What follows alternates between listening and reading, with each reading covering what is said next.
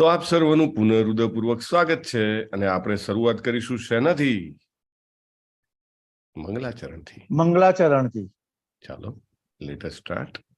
મંગલાચરણમાં હૃદયપૂર્વક પ્રાર્થના કરવાથી આપણને ચોક્કસ ભગવદ કૃપા અને પ્રેરણા પ્રાપ્ત થાય છે. ઓમ અજ્ઞાનતિમિરાંધસ્ય જ્ઞાનાંજન શલાકયા ચક્ષુરુન્મિલિતમ યેન તસ્મૈ શ્રી ગુરુવે નમઃ. શ્રી ચૈતન્ય મનોભીષ્ટમ સ્થાપિતમ યેન ભૂતલે સ્વયં રૂપઃ કદા મહ્યં દદાતિ સ્વપદાંતિકમ.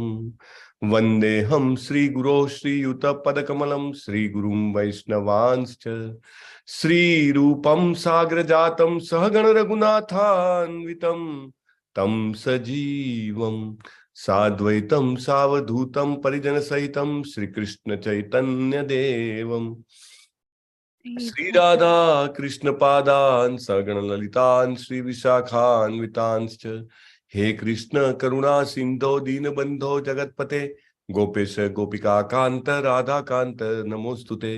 તપ્ત કાંચન ગૌરાંગી શ્રી રાધે વૃંદાવનેશ્વરી વૃષભાનુસુતે દેવી પ્રણમામી હરિપ્રિયે. વાંછા કલ્પતરુભ્યશ્ચ કૃપા સિંધુભ્ય એવ ચ પતિતાનાં પાવનેભ્યો વૈષ્ણવેભ્યો નમો નમઃ. અનંત કોટી વૈષ્ણવ વૃંદ કી જય. શિલા પ્રભુપાદ કી જય. ભગવદ ગીતા કી જય. સદગુરુદેવ કી જય.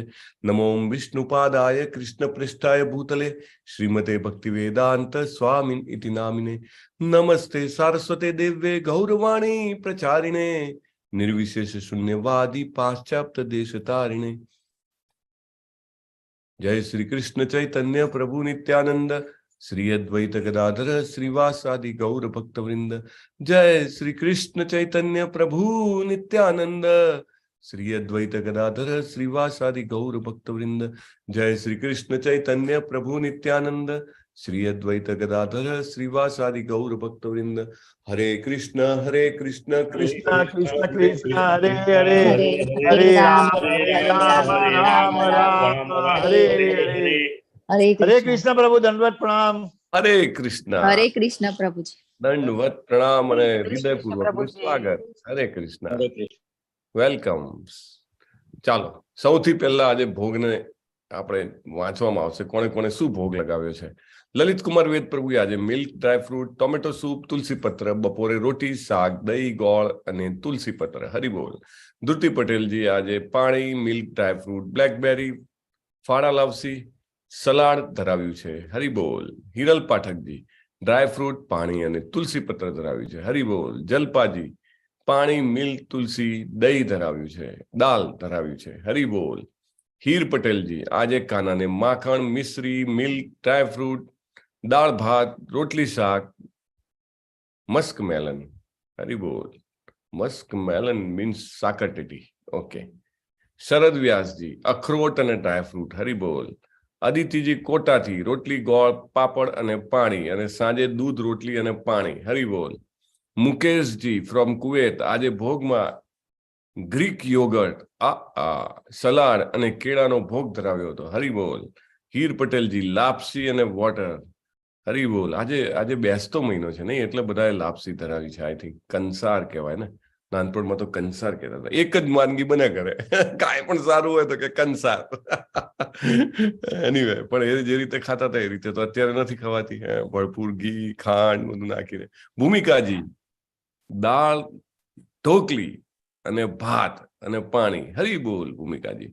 અને જાગૃતિજી લખે છે ફ્રૂટ. સવારે ફ્રૂટ લખ્યું હશે કદાચ. સવારે fruit. Okay, very nice. Thank you very much. અને પ્રભુજી આજે એક બીજો બી ખાસ દિવસ છે. મેં લાલ પ્રભુદાસની કથામાં સાંભળ્યું હતું કે આજે બાળગોપાલ લાલા અને રાધાના લગ્ન થયા હતા ભાંડીરવનમાં. ઓ હરિબોલ. તો ધેટ્સ વાય આટલું બધું બધાએ ધરાવ્યું છે. લાપસી ધરાવી છે. હરિબોલ. સરસ સરસ. Thank you. બેલા શાહજી સેવ, પનો, ભાતના થેપલા. હરિબોલ. ચાલો, બહુ સરસ.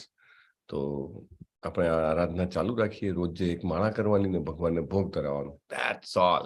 આ જીભથી બે જ કામ કરવાનું છે. પ્રભુપાદ કહે છે એક ભગવાનનો ભોગ જે છે એ ગ્રહણ કરવાનું અને ભગવાનનું નામ લેવાનું.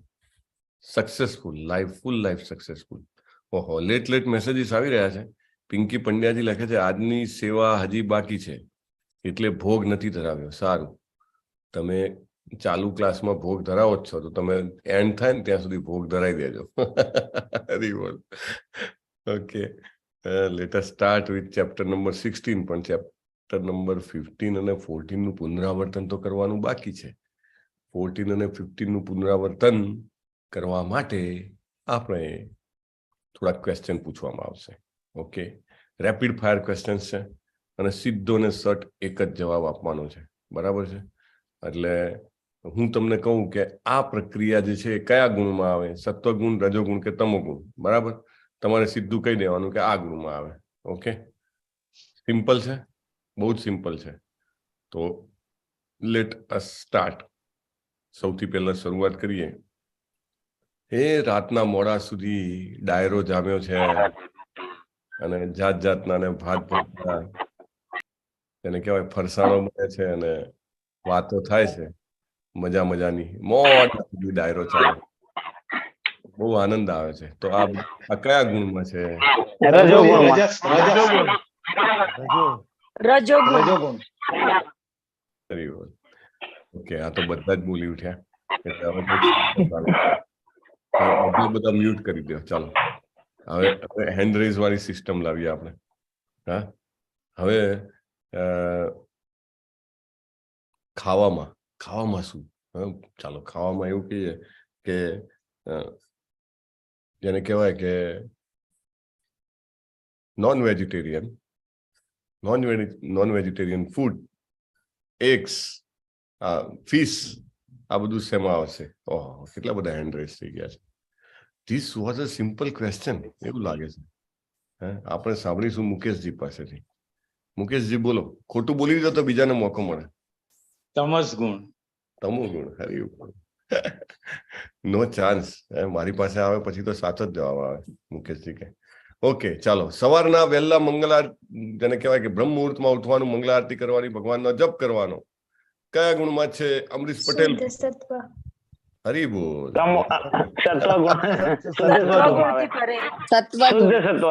પેપર ફૂટી ગયું એટલે આમ શું કહેવાય કે રહેવાય નહીં ને, કે આ તો આવડે જ, આ તો સાચું. Okay, very nice. ચાલો, નેક્સ્ટ કે કારખાનાઓમાં, કંપનીઓમાં અથવા તો પેલા જે ખાણમાં કામ કરતા કામદારો અથવા તો ઇવન આજના સમાજના પણ આધુનિકમાં પેલા સોફ્ટવેર એન્જિનિયરો મોડા સુધી આખી રાત કામ કર્યા કરે, એ કયા ગુણમાં આવશે? આમ તો સારું કહેવાય ને કે પેશોનેટ છે, પૈસા કમાય છે, સારું જીવન જીવે છે. અને ક્યાં પેલા ગામડામાં કદાચ વીજળી પણ ના હોય, કદાચ પાણી પણ લેવા જવું પડતું હોય, તો એવી જગ્યાએ રે એના કરતા આવા શહેરમાં જેને કહેવાય ભલે કામ કરવું પડે મોડી રાતો સુધી, પણ એ રીતે જીવે તો એ કયા ગુણમાં ગણાય? જે કારખાનાઓમાં કામ કરે અને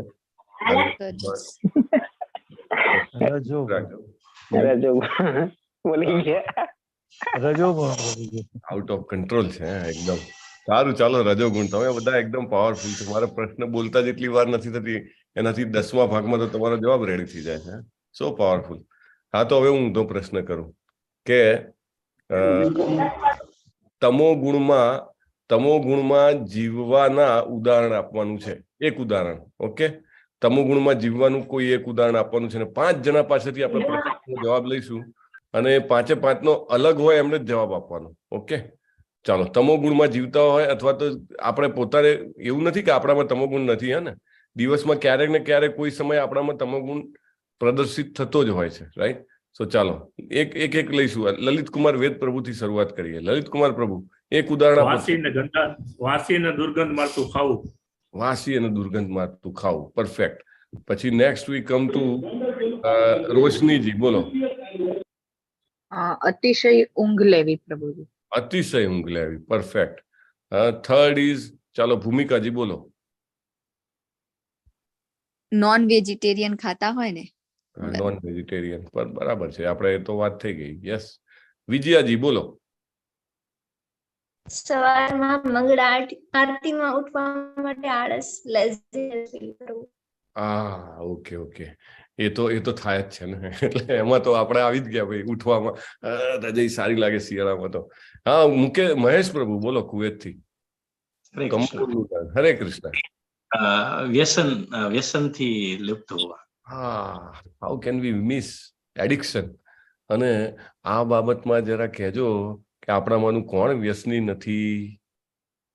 ચાનું વ્યસન, કોફીનું વ્યસન, મોબાઈલનું વ્યસન, કોઈને કોઈ વ્યસન. છાપાનું ઘણા લોકોને તો એવું હોય, છાપું ના આવે તો કે આજે તો સુરત પશ્ચિમમાં ઉગી ગયો, લાઈક દેટ. એનીવે, સો વ્યસન હજી મારે સાંભળવું છે. અદિતિજી બોલો, તમોગુણમાં જીવવાના લક્ષણો બોલો. હરે કૃષ્ણ. હરે કૃષ્ણ. આધ્યાત્મિક પ્રવૃત્તિમાં રસ ન લેવો. ઓકે. હા, એ સાચી વાત છે. તમોગુણી હોય એને તો બિલકુલ રસ ન આવે. બરાબર છે. તમે નેગેટિવ સુધી કાઢ્યું. આ ના થાય એ તમોગુણી. Very very creative. ચાલો, અમરીશ પટેલ પ્રભુ બોલો, હજી સુધી ના બોલાવ્યું એવું તમોગુણ. આજનું કામ કાલ પર છોડી દેવું ને આળસમાં રહેવું. સુપર. ડિલે કરવું બધું. હા, આજ કરે સો કલ કર, કલ કરે સો કભી ના કર. કભી નહીં. બહુ સરસ. ઓકે. બોલો. હા બોલો ને, તમને તો ના પડાય, જલ્દી બોલી જાઓ. ચાલો.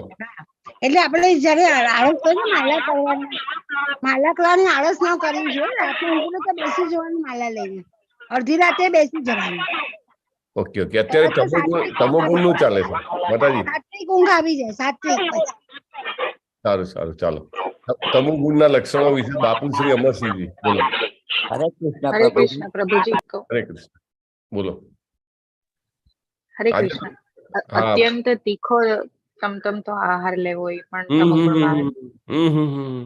એ મિક્સ થઈ ગયું. મને હતું કોઈક તો કાંઈક તો ભળતું રજોગુણ સાથેનું મૂકી દેશે. આ રજોગુણ છે. તીખું તમતમતું એકદમ જેને કહેવાય ને કે અગન લાગવી જોઈએ, પરસેવા છૂટવા જોઈએ, એ આપણે રજોગુણમાં આવે છે. બરાબર ને? ઓકે, ચાલો. ક્રૂરતા આવે. હા, ક્રૂરતા આવી શકે છે. યસ, ક્રૂરતા આવી શકે છે. એટલે નોનવેજ ક્રૂર જ હોય છે. કામ, ક્રોધ ને લોભ. પ્રભુ વ્યભિચારી. ઓકે. તમે વિચારો કરીને. હા, એક મિનિટ. જેના હેન્ડ રેસ છે એમને પહેલા પૂછી લેવા દો. બાપુ શ્રી અમરસિંહજી બોલો. પ્રભુજી, ક્રોધ ભર્યા વિચારો થાય એવું. ઓકે. અને to a large extent yes. કારણ કે ક્રોધ ક્યારે આવે? કામની ઈચ્છાઓ પૂરી ના થાય ત્યારે આવે. કામ જે છે રજોગુણમાં આવે છે, પણ એનું સંતાન જે છે ક્રોધ, એ તમોગુણમાં આવે છે. યસ, યુ આર રાઈટ પ્રભુ. જાગૃતિજી બોલો.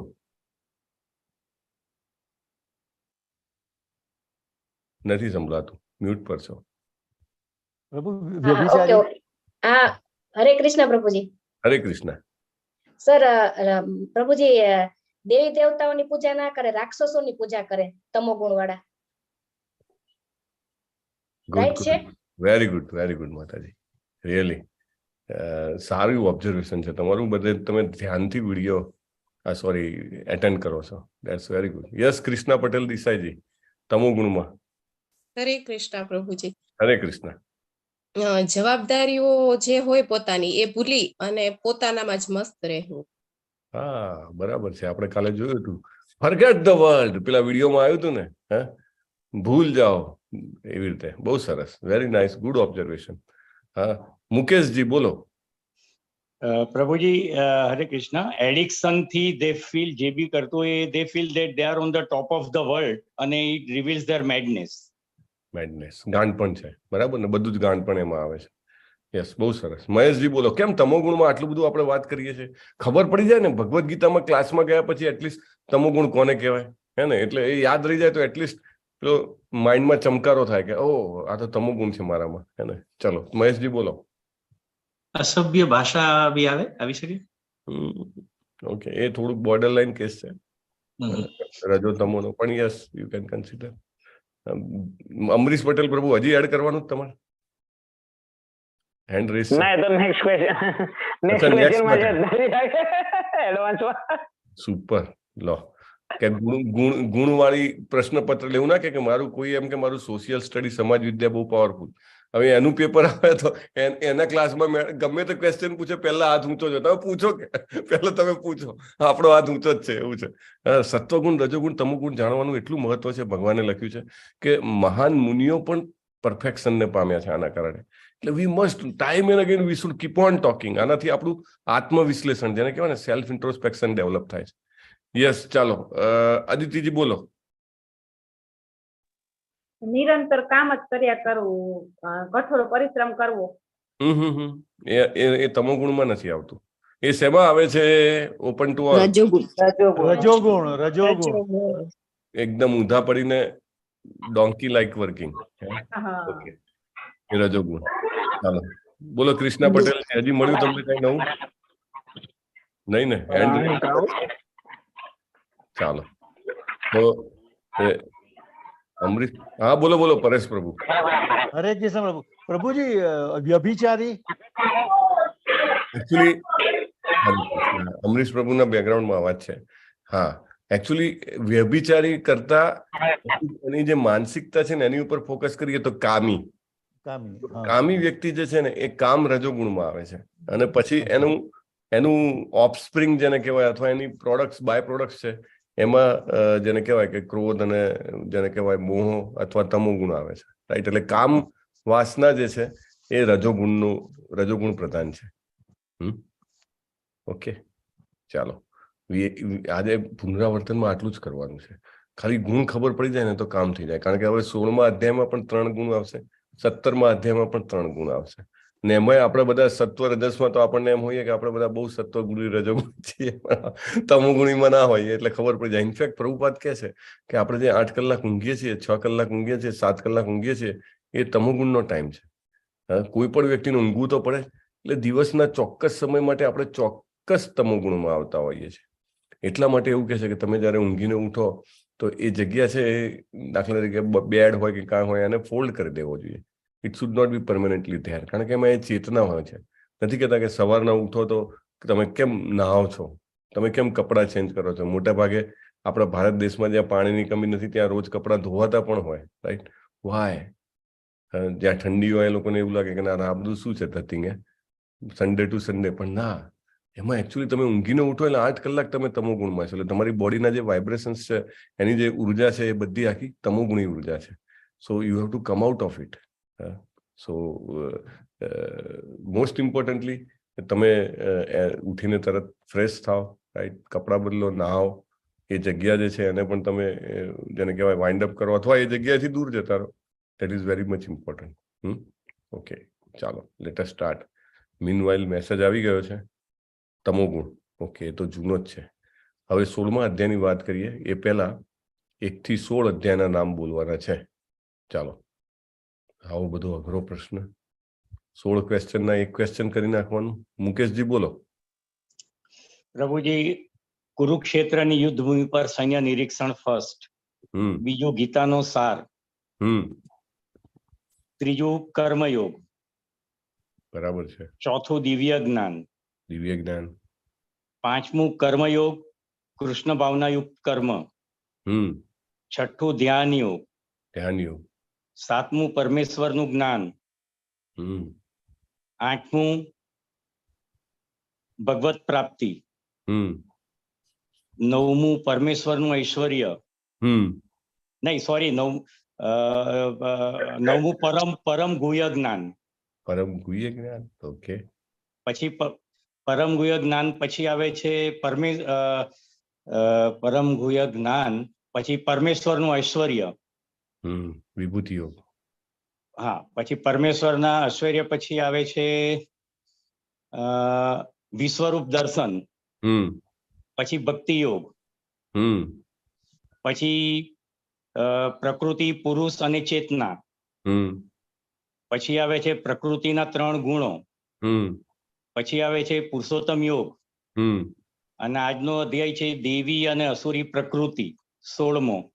શું વાત છે, જોરદાર. અને 17મો અધ્યાય પ્રભુ આવે છે, નથી ખ્યાલ, પણ છેલ્લો આવે છે ઉપસંહાર, ત્યાગની પૂર્ણતા. Very good. શ્રદ્ધાના વિભાગો 17મો, બરાબર. અને 17મો સાહેબ શ્રદ્ધાના વિભાગો, રાઈટ. Very nice. હરે કૃષ્ણ. હરે કૃષ્ણ. સો ચાલો, બધાનું રિવિઝન થઈ ગયું છે. સો વી સ્ટાર્ટ દૈવી તથા આસુરી પ્રકૃતિ. તો ભગવાન કહે છે કે ભાઈ દૈવી પ્રકૃતિ કઈ છે ને આસુરી પ્રકૃતિ કઈ છે. આ બધું જાણીને આપણને શું ફાયદો? એકચ્યુઅલી એવું કહે છે કે જ્યારે સત્યયુગ હતો ને તો દૈવો અને અસુરો એ બંને અલગ અલગ ગ્રહો ઉપર રહેતા હતા.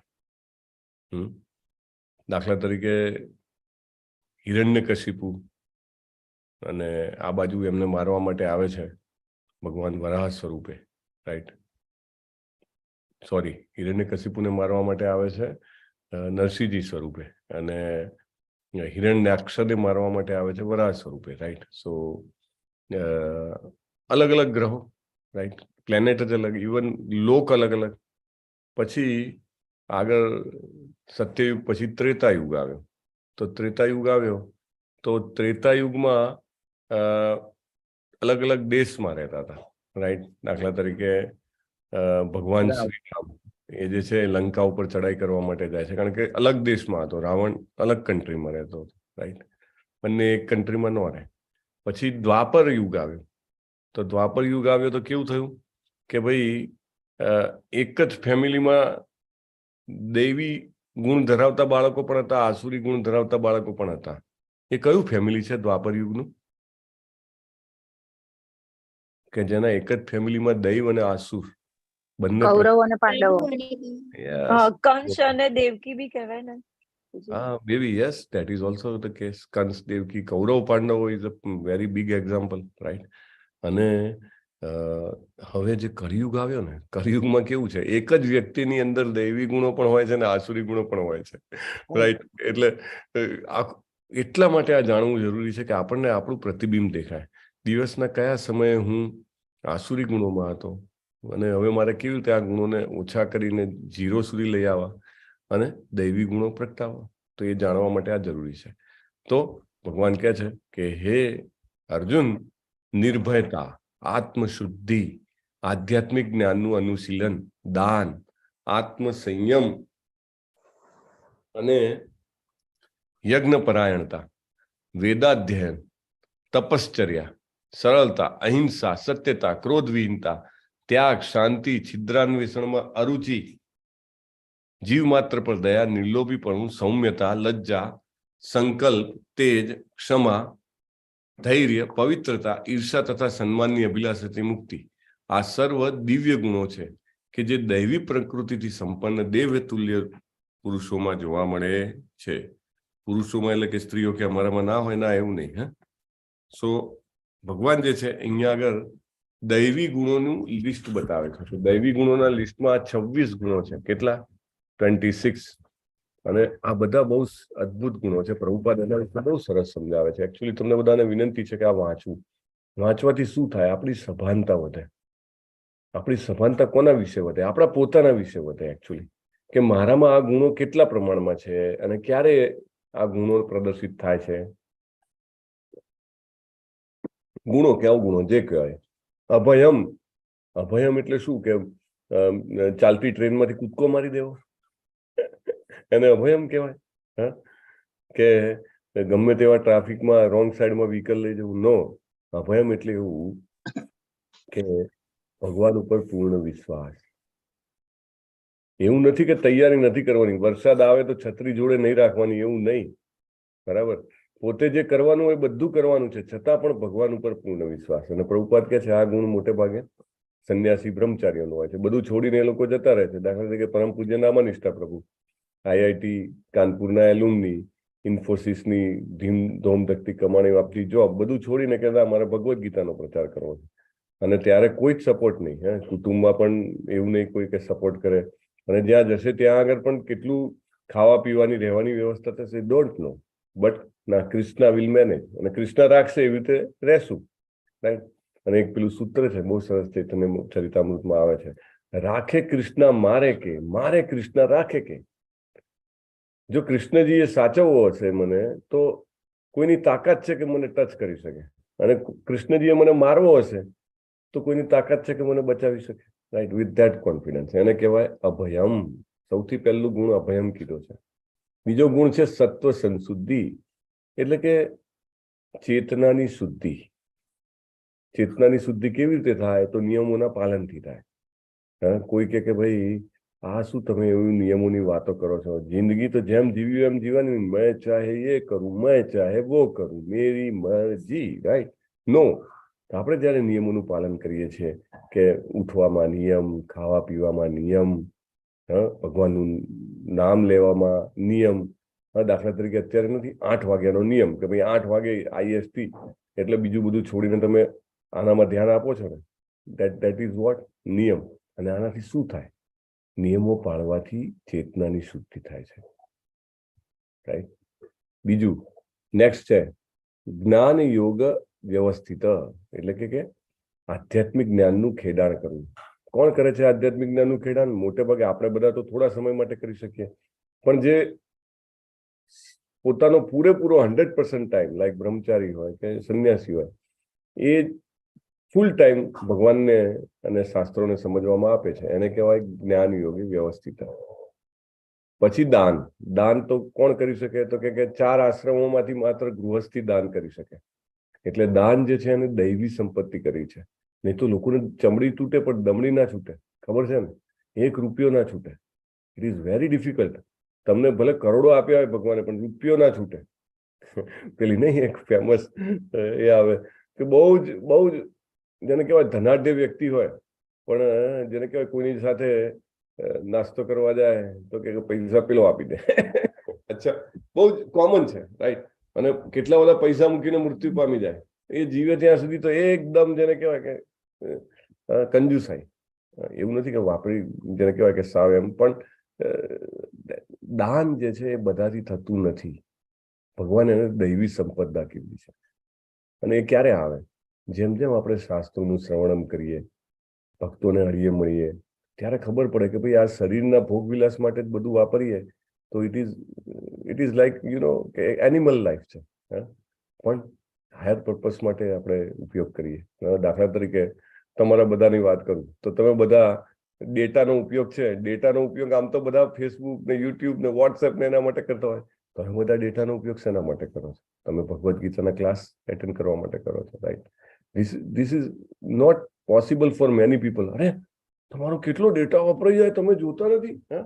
સવારના તમે પેલા કે જપમાં જાઓ છો, ઘણા લોકોને તો મગજમાં જ ના બેસે. આ તો ઠીક છે, ચલો ક્લાસ ભરો છો, કંઈ જાણો છો કે કંઈ ચર્ચા કરો છો, પણ પેલું જપમાં તો કે તમે એ તો કે બંધ કરીને કરો ને કે ડેટા ઓછો વપરાય, રાઈટ. એટલે ના ચાલે. આધ્યાત્મમાં પૈસા ખર્ચવાની ઈચ્છા જ ના થાય. એટલે પ્રભુપાદ બહુ સરસ સમજાવે છે.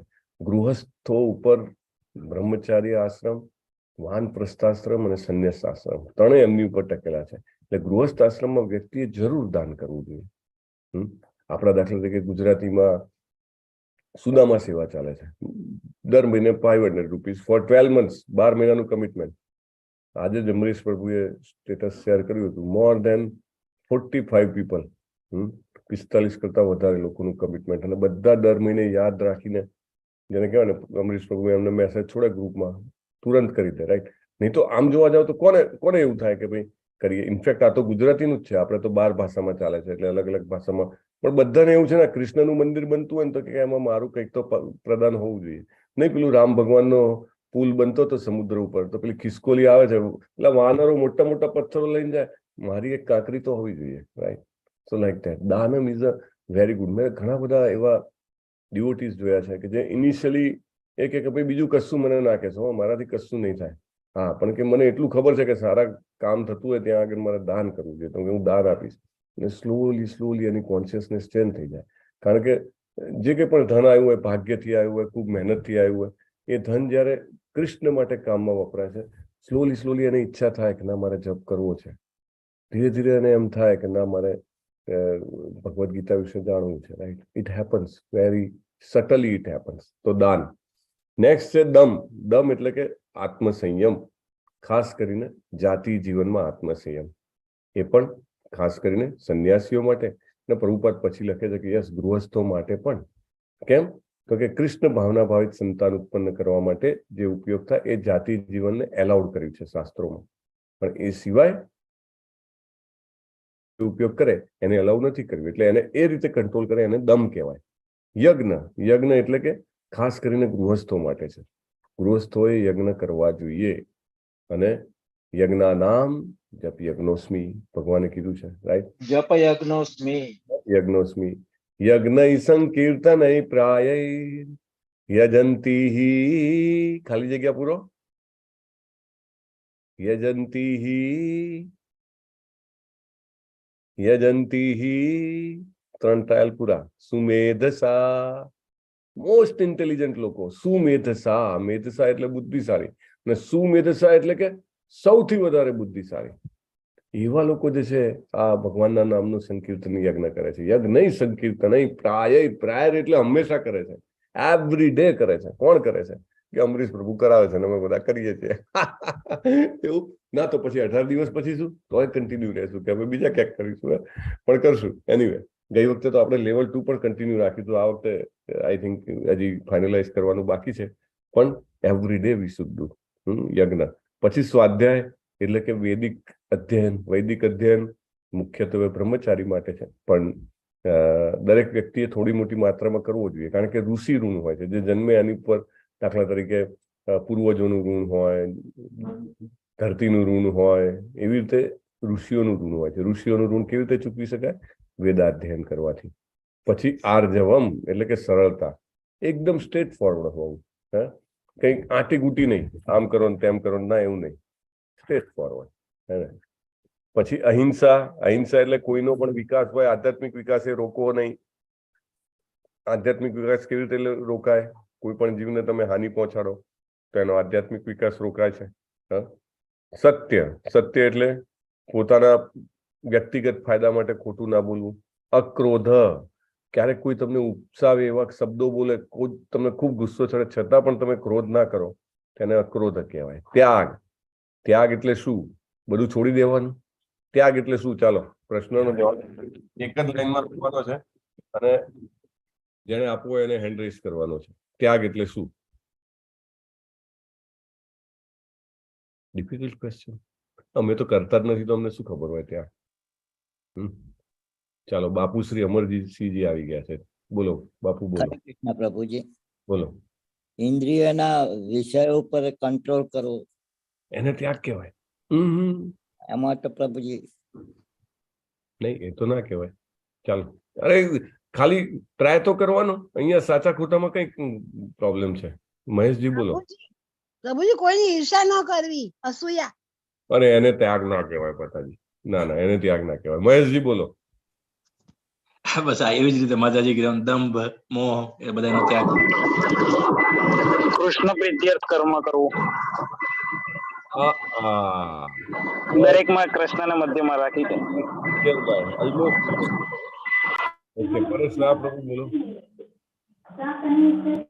હરે કૃષ્ણ પ્રભુ. હરે કૃષ્ણ. પોતાની પાસે હોય તેને જતું કરવું. ઓકે, આ એકદમ રો ડેફિનેશન છે. એને થોડીક સુધારવાની જરૂર છે. હીર પટેલજી બોલો. સવારે બ્રહ્મ મુહૂર્તમાં ઉઠીને જાપ કરવા, આપણી નિંદ્રાનો ત્યાગ કરવો. ઓકે, તમે ઉદાહરણ આપી દીધું. ઉદાહરણ સાચું છે, વ્યાખ્યા જોઈએ છે. હા, બોલો લલિત કુમાર વેદ પ્રભુ બોલો. ભગવાનના કાર્ય માટે સંપત્તિ વાપરવી. પરફેક્ટ ઉદાહરણ, પરફેક્ટ છે. અને આરતી મેઘાજીજી બોલવાનું હતું, તમારે કઈ હેન્ડ રેસ કર્યો હતો? ખબર નથી પ્રભુજી સાચું કે નહીં, પણ આસક્તિઓમાંથી વિરક્તિ. ઓકે, થેન્ક યુ, બધાનો આભાર. પણ જવાબોમાં near by, most near by answer is by Lalit Kumar પ્રભુ, અને એના પછીનો નિયર બાય આન્સર હતો અમરીશ પટેલ પ્રભુનો, કે ત્યાગ એટલે કશું છોડવાનું નથી. અરે આ તમે કેવી વ્યાખ્યા કહો છો? આ પ્રભુપાદની વ્યાખ્યા છે. કશું છોડવાનું નથી, જે કંઈ પણ છે એ બધું જ કૃષ્ણ માટે, કૃષ્ણની સેવામાં ઉપયોગ કરવાનો છે. ધેટ ઇઝ અ ત્યાગ. આવી તો કોઈએ ડેફિનેશન આપી જાણી જ નથી નહીં આજ સુધી. ત્યાગ એટલે છોડવું, બધાને એવું હોય. પ્રભુપાદ કહે છે ના, જ્યાં છો ત્યાં જ. તમારા ઘર છે, તમારું કુટુંબીજનો છે, તમારી પાસે સંપત્તિ છે, તમારી પાસે શક્તિ છે, તમારી પાસે સમય છે, જે કાંઈ પણ છે એ કશું છોડવાનું નહીં. Use it for Krishna. That means ત્યાગ. કેટલો જબરજસ્ત છે. કેટલો જબરજસ્ત છે આ વિચાર. કે ચારું દત્તા માતાજી કીપ મ્યુટ. તો ધન સંપત્તિ છે એને છોડી નથી દેવાની. આસક્તિ કે આ બધું, આસક્તિ ભલે રહી, કારણ કે જવાની જ નથી. પ્રભુપાદ કહે છે એને ખાલી ડાયવર્ટ કરવાની છે, એને કૃષ્ણમાં લગાવવાની. ધેટ મીન્સ ત્યાગ. તમને એમ છે કે મને બને તો આ ખાવાનું ભાવે ને પેલું ભાવે ને ઓલું ભાવે ને, તો સ્ટાર્ટ વિથ શું? ના, હું પહેલા નહીં ખાઉં, અથવા તો હું જે બનાવું છું હું એમ કહીશ કે હું પહેલા કૃષ્ણ માટે બનાવું છું. કાંઈ પણ, દાખલા તરીકે અત્યારે સિઝન ચેન્જ થઈ છે, તો સિઝનમાં નવું કોઈ સબ્જી આવતી હોય કે whatsoever, you cook it for Krishna અને ધેન યુ ટેક ઇટ. એ ત્યાગ થઈ ગયો તમારો. ભલે તમને એ વસ્તુ ખૂબ ભાવે છે, તમારી એમાં અનહદ આસક્તિ છે, પણ if you cook it for Krishna, if you offer to Krishna, and then you honor that as prasadam, તમારો ત્યાગ થઈ ગયો. મને બહુ જ આ એક્ઝામ્પલ પ્રભુપાદનું એકદમ સટીક છે. જે લોકો આ રીતે કરે છે ને, એમની આસક્તિ છૂટતા હજારો એક્ઝામ્પલ જોયા છે, હજારો એક્ઝામ્પલ. એવું નહીં કે ખાલી ખાવાની આસક્તિ, બીજી ઘણી બધી આસક્તિઓ એ છૂટતી જાય છે. જે કંઈ પણ લાવો પહેલા કૃષ્ણને, right? First offer to Krishna. આપણે ભક્તિ સિદ્ધાંત સરસ્વતી મહારાજનો દાખલો જોયો હતો. ભક્તિ વિનોદ ઠાકુર મહારાજ, એમના ફાધર શું પૂછે છે? તે કેરી ખાધી? આ ખાધી. અરે આ તો ઓફર નથી કરી હજી કૃષ્ણને. એ મેન્ટાલિટી 5 વર્ષના છોકરા પાસે, રાઈટ? સો આ ઉદાહરણ શેનું છે? ત્યાગનું છે. બધું જ ઉપયોગ કરવાનું છે. તમારી ઇન્ફ્લુઅન્સ, તમારી કેપેબિલિટી, તમારી એમ્બિશન્સ ઓલ્સો, મહત્વાકાંક્ષા ઓલ્સો. કે ભાઈ કોઈ એમ કે છોકરો એમ કે મારે ખૂબ સારા માર્ક્સ લાવવા છે. સારા માર્ક્સ લઈને શું કરવું છે? તો કે મારે ખૂબ કમાવું છે. પણ અલ્ટિમેટ એને જો કૃષ્ણ સાથે કનેક્ટ કરે કે ખૂબ કમાઈને શું કરવું છે, તો કૃષ્ણની સેવા કરવી છે, રાઈટ? જે ધન કમાઈશ, જે મારી ઇન્ફ્લુઅન્સ હશે, જે મારી સત્તા હશે, એનો ઉપયોગ હું કૃષ્ણ માટે કરીશ. ધેન ઇટ ઇઝ એ ત્યાગ છે, રાઈટ? અને ચોક્કસ એ ના હોય ને તો કૃષ્ણ એ ત્યાગ કરાવી નાખે છે. સ્લોલી છે ને, એને ખબર ના પડે એવી રીતે, જેને કહેવાય કે પ્યુરિફિકેશન થતું જાય છે. This is wonderful actually. જાતે મહેનત કરવાની કોઈ જરૂર જ નથી, છોડવાની. જે કરો એ કૃષ્ણ માટે કરો, એવરીથિંગ વિલ ટેક પ્લેસ. પછી છે શાંતિ. શાંતિ એટલે શું? તો કે કોઈ પણ પરિસ્થિતિમાં શાંત રહેવું, એને શાંતિ કહેવાય. અપૈસુનમ એટલે શું? બીજાની ખાંચા ના કાઢવા, ખોડ કાપડ ના કાઢવી. આ પણ એક ગુણ છે. પછી દયા ભૂતેશ્વર, દરેક જીવો પ્રત્યે દયા. અલોલુપ્તમ એટલે કે લાલચ ન રાખવી. માર્દવમ એટલે કે દરેક જીવો પ્રત્યે જેને કહેવાય કે આપણે જેને કહેવાય ને કે મૃદુતા રાખવી. હીર એટલે કે કોઈ ખોટા કાર્યો ન કરવા, એને હીર કહેવાય. અને અચાપલમ એટલે કે ગમે તેવી નિષ્ફળતા મળે, જેને કહેવાય ને કે ગાળો પડે, અને લોકો જેને કહેવાય કે હાંસી ઉડાવે, છતાં પણ પોતાના નિર્ણયમાં ટકેલા હોય, દ્રઢ હોય. અરે તમે આ ગીતા બીતા શું કરવા મળે? આના કરતા તો કે આવો કે આપણે પત્તા ચીપી. એવા ઘણા બધા કેનેરા હોય, મજાક ઉડાવવા વાળા, છતાં પણ જો પોતે દ્રઢ રહે, એને અચાપલમ કહેવાય છે. તેજ એટલે શું? કે રક્ષણ આપવું, એક ક્ષત્રિયોમાં હોય છે. ક્ષમા, બીજાના નાના નાના ગુનાઓને માફ કરી દેવા. ધૃતિ એટલે માનસિક અને લાગણીની શક્તિ, એને શૌચમ એટલે કે શુદ્ધિ, મનની અને શરીરની. અદ્રોહો એટલે કે ક્યારે જેને કહેવાય ને કે મનમાં ગુસ્સો ના રાખો. ઘણા લોકો એવું હોય કે આ વ્યક્તિ આવી જ છે, અથવા તો આ બરાબર નથી થયું, અંદર ને અંદર ઘૂંઘરાયા કરે, તો એને એ ન રાખવું, એને અદ્રોહો કહેવાય. અને નાતિ માનીતા એટલે કે માનની અપેક્ષા ના રાખવી. આ રીતે ભગવાન 26 ગુણોનું વર્ણન કરે છે, અને ભગવાન આગળ કહેશે પણ ખરા કે શેમાંથી આવે છે. અને પછી હવે ભગવાન કહે છે કે આસુરી સ્વભાવના કેટલા ગુણો છે? તો 6 આસુરી સ્વભાવના ગુણો છે. એમાં પહેલું છે દંભ. દંભ એટલે કે જેને કહેવાય ને કે ધર્મનો દેખાડો કરવો. પછી બીજું છે દર્પ. દર્પ એટલે કે અભિમાન હોવું, પોતાની સંપત્તિનું, પોતાના જેને કહેવાય કે ભણતરનું, એનું અભિમાન હોવું, એને દર્પ કહેવાય છે. અને પછી અભિમાન કરીને અલગથી કીધું છે કે એ અભિમાન એટલે એવું કે બીજા લોકો એને પૂજે એવી ઈચ્છા રાખવી, એને અભિમાન કહેવાય. દર્પ એટલે શું? તો કે પોતાના સંપત્તિ અને ભણતર ઉપરનું ઘમંડ, એને દર્પ કહેવાય છે. અને અભિમાન એટલે બીજાના દ્વારા પૂજા કરવાની ઈચ્છા રાખવી. ક્રોધ તો આપણને ખબર જ છે.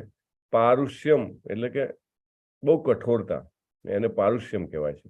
કોઈ પણ વ્યક્તિને તમે બહુ જ જેને કહેવાય કઠોર શબ્દો બોલો તો એ પારુષ્યમમાં આવે છે. પછી અજ્ઞાનમ એટલે કે જેને કહેવાય ને કે નિશ્ચયનો અભાવ, એકદમ જેને કહેવાય ને કે ઘણીવાર વિમ્ઝિકલ માઇન્ડ હોય, અને પછી આ બધા જે ગુણો છે 6 એ 6 એને આસુરી ગુણો કહે છે.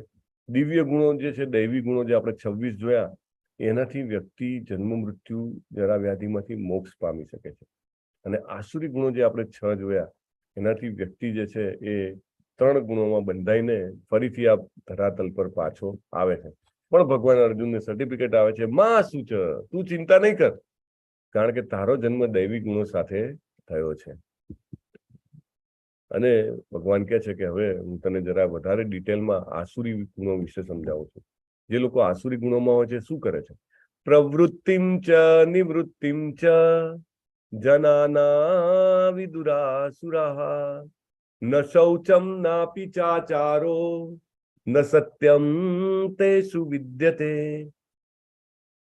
અસુર હોય, એના માથા ઉપર 2 શિંગડા હોય, 2 દાંત બહાર આયા હોય, એના નખ મોટા મોટા હોય, એને અસુર કહેવાય. એ વ્યાખ્યા આપણે બાળપણમાં ઘણી વાર જોઈ સાંભળી હશે, સિરિયલોમાં પણ હવે કળિયુગના અસુર કેવા હોય છે, એમને ખબર જ નથી શું કરવું ને શું ના કરવું, ક્યારે ઉઠવું જોઈએ, શું ખાવું જોઈએ, ક્યારે ખાવું જોઈએ, શું બોલવું જોઈએ, શું ન બોલવું જોઈએ, શેમાં સમય ઇન્વેસ્ટ કરવો જોઈએ, શેમાં સમય ના કાઢવો જોઈએ, નથિંગ. અરે જેમ જીવતા હોય એમ જીવો ને. અરે એવી રીતે તો કૂતરા અને પ્રાણીઓ પણ જીવે છે. ઇટ્સ ઓલ રાઈટ, આપણે પણ એવી રીતે જીવવાનું. કોઈ પવિત્રતાનો મતલબ નહીં. પવિત્રતા શું કે, આપણે ચોખ્ખા જ છીએ ને કે થોડી. હરે કૃષ્ણ. તો આવા લોકો જે પવિત્રતા માટે પણ કશું વિચારતા નથી, ઉચિત આચરણ કે સત્ય એમનામાં દેખાતું નથી, આવા લોકો જે છે એને આસુરી કહેવામાં આવે છે. દાખલા તરીકે અત્યારે મોટે ભાગે કોલેજીસમાં શું હોય તો કે કાંઈ રિઝલ્ટ આવ્યું, કાંઈ પરીક્ષા થઈ, all have a liquor party, right? They don't know what to do, how to do, when to do. અને એ લોકો કેવું માનતા હોય છે? અસત્યમ પ્રતિષ્ઠમ તે જગદ આહુરનીશ્વરમ અપરસ્પર સંભૂતમ કિમન્યત કામ હેતુકમ. એ લોકો એવું માને છે કે આ જગત મિથ્યા છે, એનો કોઈ આધાર નથી. જગત આહુર અનીશ્વરમ, આ જગત છે એ ઈશ્વર વગરનું છે, એનું નિયમન કોઈ ઈશ્વર કરતો જ નથી. અને શેનાથી આ જગત ચાલી રહ્યું છે? માત્ર કામેચ્છાથી ચાલી રહ્યું છે. કામ સિવાય તેનું બીજું કોઈ કારણ નથી. સિગમન્ડ ફ્રોઈડ અને ઘણા બધા એવા સાયન્ટિસ્ટ છે કે જે લોકો એવું જ માને છે, માયા અપ્યત જ્ઞાના, કે ઈશ્વરનું કંટ્રોલ છે જ નહીં, માત્ર કામેચ્છાથી આ જગત ચાલી રહ્યું છે. અને એ લોકો પોતાનું આત્મજ્ઞાન ખોઈને બિનઉપયોગી અને ભયાવહ કાર્યોમાં પ્રવૃત્ત હોય છે. તમને અહીંયા દેખાઈ રહ્યું છે બીજા ગ્રહો સુધી સેટેલાઇટ મોકલવા, અથવા તો જેને કહેવાય કે એટમ બોમ્બ બનાવવા, આવા જ કાર્યોમાં, સંસારનો વિનાશ થાય એવા કાર્યોમાં લાગેલા હોય છે. સાયન્સનો અલ્ટિમેટ પર્પસ ખોટો ઉપયોગ થાય છે. કદાપી સંતુષ્ટ ન થનારા કામનો આશ્રય લઈને ગર્વના મનમાં મિથ્યા પ્રતિષ્ઠામાં ડૂબેલા આસુરી લોકો મોહગ્રસ્ત થઈને હંમેશા ક્ષણભંગુર વસ્તુઓ દ્વારા અપવિત્ર કર્મનું વર્ત લેતા હોય છે. સ્વાભાવિક છે. અને એમને એવો વિશ્વાસ છે કે ઇન્દ્રિયોની તૃપ્તિ એ જ માનવ સભ્યતાની મુખ્ય જરૂરિયાત છે. અને આ રીતે તેઓ અંતકાળ સુધી અપાર ચિંતામાં રહે છે. લક્ષાવધિ ચિંતાઓની જાળમાં બંધાયેલા રહીને, કામ ક્રોધમાં ડૂબેલા રહીને ઇન્દ્રિય તૃપ્તિ માટે અનૈતિક સાધનો દ્વારા ધન સંગ્રહ કરે છે. સ્વાભાવિક છે, આ બધાને લાગુ પડે છે કે હજુ ધન, લગભગ બધાને એમ હોય છે કે જેટલું મળે એટલું ઓછું. અને પછી એમાં અનેક ચિંતાઓમાં ડૂબેલા રહે છે. કારણ કે સ્ટેટસ ઊંચું થતું જાય, પછી એને મેન્ટેન કરવા માટે તકલીફ પડતી હોય. તો આવા લોકો છે 4 પ્રકારના નિયમો સમજતા નથી શાસ્ત્રોમાં જે આપેલા છે. વ્યભિચાર ન કરવો, જુગાર ન રમવું, માંસાહાર ન કરવો, નશો ન કરવો, એમાં એ લોકો માનતા નથી. આ 4 વસ્તુ એ લોકો કરે છે. એ લોકો એવું વિચારે છે કે જ્યારે આજે મારી પાસે આટલું બધું ધન છે અને મારી પાસે આટલી બધી યોજનાઓ છે તો હું વધારે ધન લઈશ, હાલમાં આટલું છે, ભવિષ્યમાં વધારે થઈ જશે, મારા શત્રુઓને મેં મારી નાખ્યા છે, બધી વસ્તુઓનો હું સ્વામી, ભોગતા અને સિદ્ધ છું, શક્તિશાળી છું, સુખી છું, ધનવાન છું, મારી આજુબાજુ બધા સંબંધીઓ પણ કુળવાન છે, પણ મારા જેવો કોઈ બળવાન અને સુખી નથી.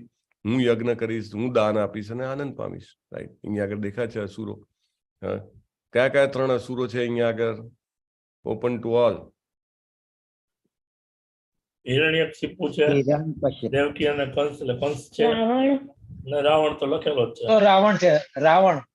હરી બોલ, વેરી નાઇસ, ધન્યવાદ.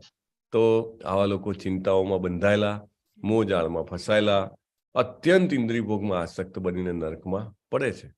અને આસુરી મનુષ્યો પોતાના શરીરમાં અને બીજાઓના શરીરોમાં સ્થિત પૂર્ણ પુરુષોત્તમ પરમેશ્વરની ઈર્ષા કરે છે તથા વાસ્તવિક ધર્મની નિંદા કરતા રહે છે. એમને હંમેશા જેલસી હોય છે ભગવાનથી. શું જેલસી હોય છે? કે શું કામ ભગવાન જ બધું ભોગવે? એટલા માટે મોટા ભાગના લોકો જે છે એ આવું વિચારનારા જે હોય છે એ ભગવાનને કેમ નથી માનતા? એમને એમ છે કે હું કેમ ના ભોગવું, હું કેમ કંટ્રોલ ના કરું, હું કેમ માલિક ના બનું, કેમ ભગવાન બધાના માલિક, કેમ ભગવાન બધું ભોગવે, ભોગતારમ યજ્ઞ તપસમ હું કેમ સ્વીકાર કરું? તો આ રીતે જે સ્વીકાર નથી કરતા ને એ લોકો ઈર્ષા કરે છે અને એટલા માટે ધર્મની નિંદા કરતા રહે. જે લોકો ઈર્ષાળુ તથા ક્રૂર છે અને નરાધમ છે તેમને હું વિભિન્ન આસુરી યોનિઓમાં મૂકીને નિરંતર ભવસાગરમાં નાખ્યા કરું છું. ભગવાન કહે છે વારે વારે વારે વારે વારે વારે જન્મ આપ્યા કરે ભગવાન. કેમ? કે એમને ઈર્ષા છે ભગવાન પ્રત્યે. ક્રૂર છે, નરાધમ છે. એટલે દાખલા તરીકે બીજા જીવોને મારીને ખાતા હોય તો કે હવે તું વાઘ બની જા, ચિત્તો બની જા. આ રીતે આસુરી યોનિઓમાં જાત જાતની બીજી પણ આસુરી યોનિઓ છે. અને આવા મનુષ્ય આસુરી યોનિમાં વારંવાર જન્મ ગ્રહણ કરીને ક્યારેય મારા સુધી પહોંચી શકતા નથી. ભગવાન કહે છે never come back to me. અને ક્રમશઃ અત્યંત અધમ જીવનની ગતિને પામે છે. આવું બધું ભગવાન આપણને શું કામ કહે છે? આપણને બધાને એલર્ટ કરવા માટે કે આપણે જો આ રીતે જઈશું તો આપણું પણ જેને કહેવાય કે આપણી પણ ગતિ આ જ થશે. એટલે આપણે એમની કોપી કદી ના કરવી જોઈએ. ભલે અત્યારે દેખાતા હોય કે એ લોકો કેટલો બધો પાવર ધરાવે છે, કેટલો બધો આનંદ કરે છે. નો, વી શુડ નેવર કોપી ધેમ. નરકના 3 દ્વાર છે, કામ, ક્રોધ અને લોભ. દરેક શાણા મનુષ્ય તેમનો ત્યાગ કરવો જોઈએ કારણ કે તેનાથી આત્માનું પતન થાય છે. ત્રિવિધમ નરકસ્યેદમ દ્વારમ નાશનમ આત્મના કામ, ક્રોધસ તથા લોભસ તસ્માદેતત ત્રયમ ત્યજેત. એનો ત્યાગ કરવો જોઈએ. બુદ્ધિશાળી વ્યક્તિએ કામ, ક્રોધ અને લોભ ત્રણેયનો ત્યાગ કરવો જોઈએ. હે કુંતી પુત્ર, જે મનુષ્ય નરકના 3 દ્વારોથી બચી ગયેલો હોય છે તે આત્મ સાક્ષાત્કાર માટે કલ્યાણકારી કાર્ય કરે છે અને પછી ક્રમશઃ પરમ ગતિને પામે છે. એટલે આ 3 દ્વારોથી બચે એટલે એને તુરંત ઈચ્છા થાય કે હવે મારે ફરીથી અહીંયા જન્મ મૃત્યુમાં ફસાવું ના પડે. એટલે એ પ્રયત્ન કરે ને એનો આત્મ સાક્ષાત્કાર થાય. તમે જુઓ અહીંયા આગળ પગથિયા આપેલા છે, ગુરુ આવે છે. સૌથી પહેલું પગથિયું છે એક્સેપ્ટન્સ ઓફ સ્પિરિચ્યુઅલ માસ્ટર. ગુરુનો સ્વીકાર કરવો, રાઈટ. અને ત્યાંથી કરીને આગળના બધા પગથિયા ભગવાન સુધી લઈ જાય છે. ભગવાન કહે છે કે હું જેને હેલ્પ કરું છું. યહ શાસ્ત્ર વિધિ મુત્સૃજ્ય વર્તતે કામકારતઃ ન સિદ્ધિમ વાપ્નોતિ ન સુખમ ન પરામ ગતિમ. જે મનુષ્ય શાસ્ત્રોના આદેશોની અવહેલના કરે છે અને પોતાની ધૂનમાં આવે તેમ મનસ્વી વર્તન કરે છે તે નથી સિદ્ધિ પામતો, નથી સુખ પામતો કે નથી પરમ ગતિ પામતો. જો ભગવાન કહે છે શાસ્ત્ર વિધિ મુત્સૃજ્ય. આ ભગવદ્ ગીતાનું જ્ઞાન છે, બધા શાસ્ત્ર છે, ભગવાન કહે છે મેં સર્જન કરેલા છે. અને જે લોકો એને ફોલો નહીં કરે, એને સમજશે નહીં અને એને સમજે નહીં તો એને ઇમ્પ્લિમેન્ટ પણ ના કરી શકે તો એને સિદ્ધિ પણ નહીં મળે, સુખ પણ નહીં મળે અને પરમ ગતિ પણ નહીં મળે. રાઈટ. ભગવાન અહીંયા આગળ તો એકદમ સ્ટ્રિક્ટ શબ્દોમાં કહે છે if will not understand we are gone. ફરીથી શાસ્ત્રનો ઉપદેશ કરે છે તસ્માત શાસ્ત્રમ પ્રમાણમ તે કાર્યાકાર્ય વ્યવસ્થિતો જ્ઞાત્વા શાસ્ત્ર વિધાનોક્તમ કર્મ કર્તુમિહાર્હસી. તેથી મનુષ્યોએ શાસ્ત્રોના નિયમો પરથી સમજવું જોઈએ કે કર્તવ્ય શું છે, કર્તવ્ય શું નથી. આવા નિયમોને નિયંત્રણો જાણીને મનુષ્યોએ એવી રીતે કર્મ કરવું જોઈએ કે જેથી ક્રમે ક્રમે ઉન્નતિ પામી શકે. This is very important. તમે આપણા ઘરમાં કહેતા હોઈએ ને તો ઘણી વાર છોકરાઓ એટલે કે અમુક જગ્યાએ બનતું હોય છું, આ તમે શું કહો છો, આમ કરો ને આમ ના કરો ને આમ કરો ને આમ ના કરો ને. પેલા મારા ફ્રેન્ડના ઘરે તો એવું કશું નથી કહેતા. એમને તો જ્યારે ઉઠવું હોય ત્યારે ઉઠવાનું, એમને જે ખાવું હોય ખાવાનું. એમને કોઈ નોનવેજ કે કંઈ ખાવામાં બાદ નથી. એમના ઘરે તો રાત્રે મોડા સુધી જાગવામાં, શરાબ પીવામાં એમને કોઈ જ ના નથી. એમને તો બધી જ પેઢીઓ સાથે બેસીને આ બધું કરે છે. રાઈટ. સો એને એવું લાગે કે આ મહારાજ ઘરે કેમ આટલું બધું આ બધું બંધનો છે? વાય? કારણ કે એના ઘરે શાસ્ત્રની સમજ છે. અને ભગવાન કહે છે કે આ સમજવું જોઈએ કે શું કરવું ને શું ના કરવું. અને આવી રીતે ખબર પડે, સમજીએ, તો પછી આપણે સાચી રીતે કામ કરીએ આપણે, અને એનાથી આપણે ક્રમે ક્રમે ઉન્નતિ પામી શકીએ. ભગવાને એટલા માટે શાસ્ત્ર આપ્યા છે, એટલા માટે ભગવદ્ ગીતા આપી છે. અહીંયા આગળ સરસ મજાનો એક ફોટો છે. હરિ બોલ. કોણ છે? સાંદીપની ઋષિ. અને કોને ભણાવી રહ્યા છે? કૃષ્ણ બલરામ. કૃષ્ણ અને સુદામા. કૃષ્ણ. હા, okay. You can say Sudam. Okay. It's all right. So, બહુ સરસ. Thank you very much. This was chapter number 16. Very short and sweet. Announcement એવી છે કે લેવલ 2 ના ક્લાસ ચાલુ થશે. ઓકે, ઇમિડિયેટલી આ ક્લાસ પૂરા થાય એટલે તુરંત જ. અને મે બી ટાઈમ પણ સેમ રહી શકે છે, મોસ્ટલી એ જ રહેશે. અને મે બી ઇફ જિગ્નેશ પ્રભુ જો નહીં હોય તો મે બી આઈ વિલ ટેક ટીલ તમારા નેક્સ્ટ ક્લાસ ચાલુ થાય ત્યાં સુધી. સો અમરીશ પ્રભુ, યુ કેન અનાઉન્સ. અમરીશ પ્રભુ has gone, I think. Okay. So બધાને વિનંતી છે કે તમે તમારી ક્વિઝ પૂરી કરી નાખો, સર્ટિફિકેટ લઈ લો, અને આ ક્લાસ પૂરા થાય અને નવી બેચ ચાલુ થાય ત્યાં સુધીના વચ્ચે જે અત્યાર સુધીના ક્લાસ ચાલી ગયા છે લેવલ 2 ના, એ પૂરા કરવાનો પ્રયત્ન કરવામાં આવશે. Okay. So all are requested to finish that અને join level 2. Level 2 is a pre Bhakti Shastri level 2. Okay. સો બહુ સરસ છે કોર્સ, ડીપમાં સ્ટડી થાય છે. અને એ સિવાય પણ એક ભક્તિ સદાચાર કરીને પણ લેવલ 2 ચાલે છે, કે જેમાં એટેન્ડન્સ કે એસાઇનમેન્ટ્સ કે સાધના ચાર્ટ એની રિક્વાયરમેન્ટ નથી હોતી. એટલે તમે એ પણ કરી શકો છો, એ પણ કરવું જોઈએ તમારે, રાઈટ? તો અઠવાડિયામાં એક જ દિવસ હોય છે ભક્તિ સદાચાર, અને પ્રી ભક્તિ શાસ્ત્રી જે છે 2 દિવસ હોય છે. સો all are welcome for both of that. Okay. So we will start with chapter number 17. અરે 17મું, યસ 17મું ચેપ્ટર. એનું નામ શું છે? હમણાં જ બોલાયું હતું. 17મા અધ્યાયનું નામ શું છે? શ્રદ્ધાના વિભાગો. શ્રદ્ધાના વિભાગો. ઓકે, ચાલો. 17મા અધ્યાયમાં ભગવાન જે છે એ 3 પ્રકારની અલગ અલગ શ્રદ્ધાની વાતો કરે છે. સો આપણે સમજીએ કે શ્રદ્ધા કઈ છે. એને શ્રદ્ધાત્રય વિભાગ યોગ પણ કહે છે. અને એ બહુ જ, યસ મહેશજી, તમે હેન્ડ રેઝ કર્યો છે. હરે કૃષ્ણ પ્રભુજી. બિફોર તમે બીજો સ્ટાર્ટ કરો તે પહેલા એક નાનકડો સવાલ પૂછું? બોલો ને. જેવી રીતે મને પ્રભુજીએ કીધું જાપ માળા કરો, તો એ પેલા મને કઈ એવું બહુ લાગતું નહોતું, બરાબર. પછી મેં કરી અને એ અલગ જ અલૌકિક, એટલે એમાં રહસ્ય છે એવું તમે વારંવાર કહેતા, પણ મને કઈ સમજાતું નહોતું. એકવાર મેં જસ્ટ બ્લાઇન્ડલી ફોલો કર્યું અને એ રહસ્યમાં પામી ગયો, બરાબર. મતલબ એ શાંતિ આપે છે, જોય આપે છે, અઢળક. So that is tools of આનંદ અને શાંતિ માટે. તો એવી જ રીતે પ્રભુજી હમણાં જે આપણે આ 2-3 ગુણોની ચર્ચા કરીએ કે કામ, ક્રોધ અને એક ચિંતા, આનું એવું કોઈ પ્રેક્ટિકલ ટૂલ્સ હશે કે જેને આપણે આ 3 આસુરી ગુણોને નાશ કરી શકીએ? કામ, ક્રોધ અને લોભ. હા, લોભ તો ઠીક. ચિંતાઓ, ઓવર થિંકિંગ, ડર, કઈ અજ્ઞાત ભય હોય, એ બધું એવું કશું? હા, બહુ સરસ પ્રશ્ન છે અને ઉપયુક્ત છે. એકચ્યુઅલી બધાને કામ લાગે એવો આ પ્રશ્ન છે, કે લગભગ બધા જે છે આમાંથી પસાર થતા હોય છે, કે જાતના વિચારો આવે, મન આઉટ ઓફ કંટ્રોલ હોય છે, રાઈટ? અને જે નથી થવાનું એના પણ વિચારો આવીને ચિંતા કરાવે છે. અને કામ અને ક્રોધ તો સુવિદિત છે કે એ કોઈ પણ જીવને એ બાંધે જ છે.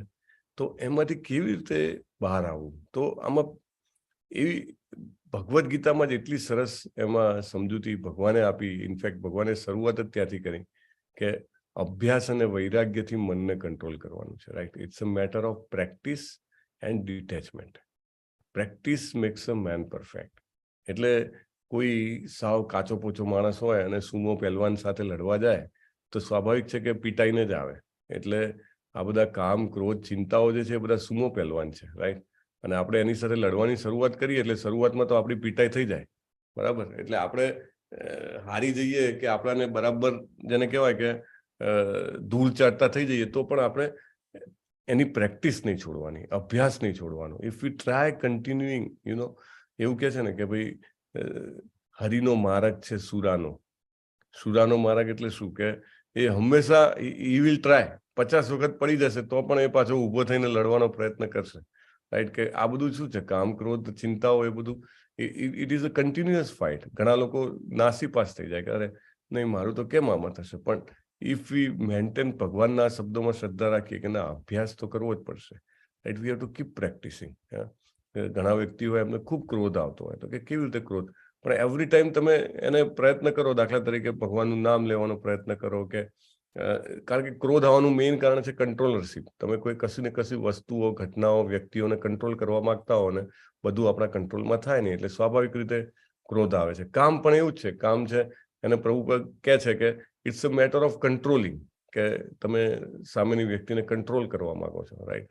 ચિંતાઓ કેમ થાય છે તો કે ભવિષ્યના, જેને કહેવાય ને, એમાં આપણે ભવિષ્યને કંટ્રોલ કરવા માંગતા હોઈએ. એટલે અલ્ટિમેટ ફરીને શું આવે છે, કંટ્રોલ કરવાની ઈચ્છા જે છે એ કામ, ક્રોધ, ચિંતા બધાનું કારણ એ જ છે. We want to control something. પણ આપણે બહુ અણુ છીએ, એટલે બધું આપણા કંટ્રોલમાં નથી. જ્યારે આપણે આ રીતે સમજતા જઈએ, વારે એના ઉપર વિચારીએ, અને ખાસ કરીને ભગવાનના ભક્તોના શબ્દોને સમજવાનો, સાંભળવાનો અને વિચારવાનો પ્રયત્ન કરીએ છીએ તો આપણો અભ્યાસ દ્રઢ થાય છે અને વિરક્તિ જે છે એ ડેવલપ થાય છે. ડિટેચમેન્ટ ડેવલપ થવું એટલે શું? ના, હું આ શરીર નથી, એવું આપણે વારે ઘડીએ વિચારીએ, એ ઠીક છે, that is also very powerful tool. પણ another tool is to connect with Krishna. જેમ આપણે વધારે ને વધારે એવું વિચારતા જઈએ કે આઈ વોન્ટ ટુ સર્વ કૃષ્ણ. રાઈટ? સવારે ઉઠવું છે તો કે કૃષ્ણને સર્વ કરવા માટે, ખાવાનું બનાવવું છે તો કે સર્વ કરવા માટે, ભોજન ગ્રહણ કરું છું તો શેના માટે? હા, ભૂખ છે એ તો મેઇન છે, બરાબર છે, પણ એનાથી ઉપર છે ભગવાનના પ્રસાદને માન આપવા માટે. તો આ રીતે સર્વિંગ એટીટ્યુડ જ્યારે આપણે ડેવલપ કરતા જઈએ, અને જેને કહેવાય કે પોઝિટિવ તરફ જઈએ તો નેગેટિવ ઓછું થતું જ જાય ઓટોમેટિકલી. પેલું આવે છે ને, 0 વચ્ચે હોય, એક સાઈડ નેગેટિવ, એક સાઈડ પોઝિટિવ. તો નેગેટિવથી તમે પોઝિટિવ તરફ જાઓ તો નેગેટિવ તો ઓછું થતું જ જાય. એટલે ડિટેચમેન્ટ ઓટોમેટિક થાય, અલગથી મહેનત કરવાની જરૂર નથી. તો અભ્યાસ અને વૈરાગ્યથી આપણે મનને કંટ્રોલ કરી શકીએ તો આ ત્રણથી આપણી મુક્તિ થઈ શકે. So it's a matter of experiencing. અને જેમ આપણે એવા લોકોની સાથે રહીએ કે જે ખરેખર આ પ્રેક્ટિસ કરતા હોય. હું હજી સફળ થયેલા હોય એની તો વાત જ નથી કરતો, કારણ કે સફળતા બહુ મોટો શબ્દ છે. એટલે એમાં પણ કઈ કેટેગરીની સફળતા, એ ઘણા બધા માપદંડ હોય. પણ એટલીસ્ટ એ લોકો જે આ ફિલ્ડમાં હોય એની સાથે રહેવાથી આપણને પ્રેરણા મળતી રહે. આપણે નાસીપાસ ના થઈએ કે એ પણ લડી રહ્યા છે તો ચાલો આપણે પણ લડીએ. એ ડિટેચમેન્ટ કેળવી રહ્યા છે કૃષ્ણ સાથે એટેચમેન્ટ વધારીને, તો હું પણ મારું એટેચમેન્ટ વધારતો રહું અને મારું ડિટેચમેન્ટ કેળવતો રહું. Right? These are the only 2 ways. There is no other way. Hare Krishna.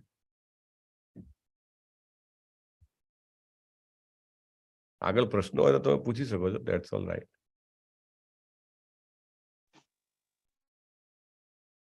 Okay, મારે એક પ્રશ્ન પૂછવો તો.